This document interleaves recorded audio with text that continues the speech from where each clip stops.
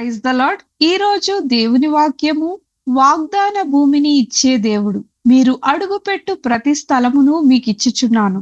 యెహోషువ 1వ అధ్యాయం 3వ వచనం. ఈ వాక్యంలో దేవుడు యెహోషువకు ఒక గొప్ప వాగ్దానం చేశాడు.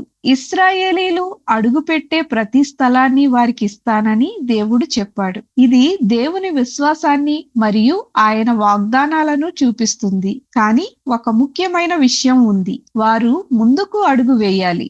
దేవుడు వాగ్దానం చేసినా వారు ధైర్యంగా ముందుకు నడవాలి. విశ్వాసంతో అడుగు వేసినప్పుడు దేవుడు తలుపులు తెరిచి ఆశీర్వాదాలను అనుగ్రహిస్తాడు. మన జీవితంలో కూడా దేవుడు అనేక అవకాశాలు మరియు ఆశీర్వాదాలు సిద్ధం చేశాడు. కానీ భయంతో వెనక్కు తగ్గకుండా విశ్వాసంతో ముందుకు అడుగు వేయాలి. అప్పుడు దేవుడు మనకు విజయాన్ని అనుగ్రహిస్తాడు. దేవుని వాగ్దానాలు నమ్మదగినవి. విశ్వాసంతో ముందుకు అడుగు వేయాలి.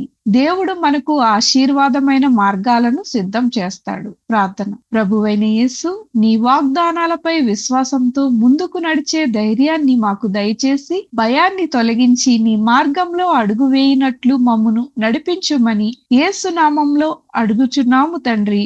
ఆమేన్.